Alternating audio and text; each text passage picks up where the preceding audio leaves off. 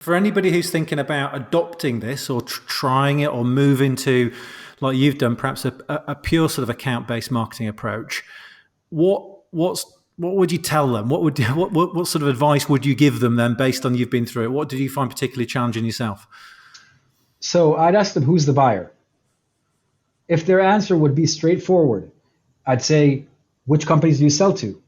If their answer would be straightforward, I'd say, fine, build a list. Build a list of 1,000. They've got the Now, ICP. exactly. Now, is it a single buyer or is it a committee? Usually it needs to be a committee.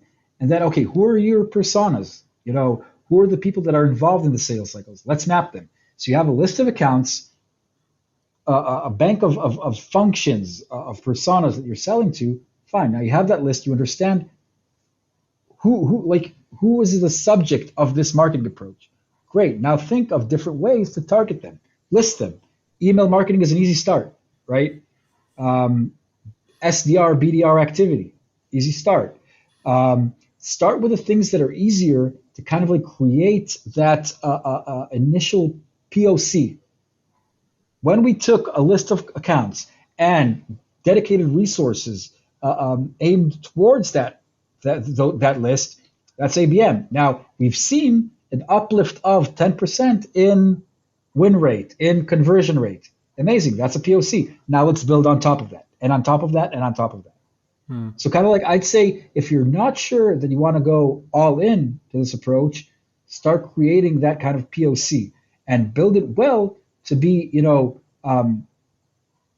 low-hanging fruit, easy impact at the beginning, and slowly but surely build on top of that the more, say, sophisticated sides of the thing that are always also more costly. So all of the tech and all of that good stuff. There are plenty elements in existing traditional tech stack that could be easily transitioned into ABM. First one being, again, email marketing. Second one being content. You have your content creation resources. Ask them to create dedicated content for a micro vertical or for a specific account. See how that works for you. See how it's received. And then that usually creates the case. And then you start building it and you have, a subset of your TAM that's treated in an ABM approach. And then that's kind of like an A/B test, right? You have your traditional marketing approach, your ABM approach, and then kind of like play with a knob until you see diminishing return on either of the ends. And I guess if you involve sales at that early stage, very early stage, look, we're going to do a little experiment here with some accounts.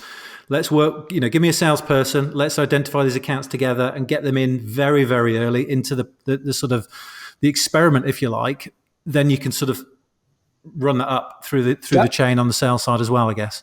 Yeah. So many of my colleagues and my peers, in their sales org, they work with pods. That's a very common approach. So take a specific pod and run that test with them. But you need to be very, very specific with the selection of that pod, because they also need to be bought in.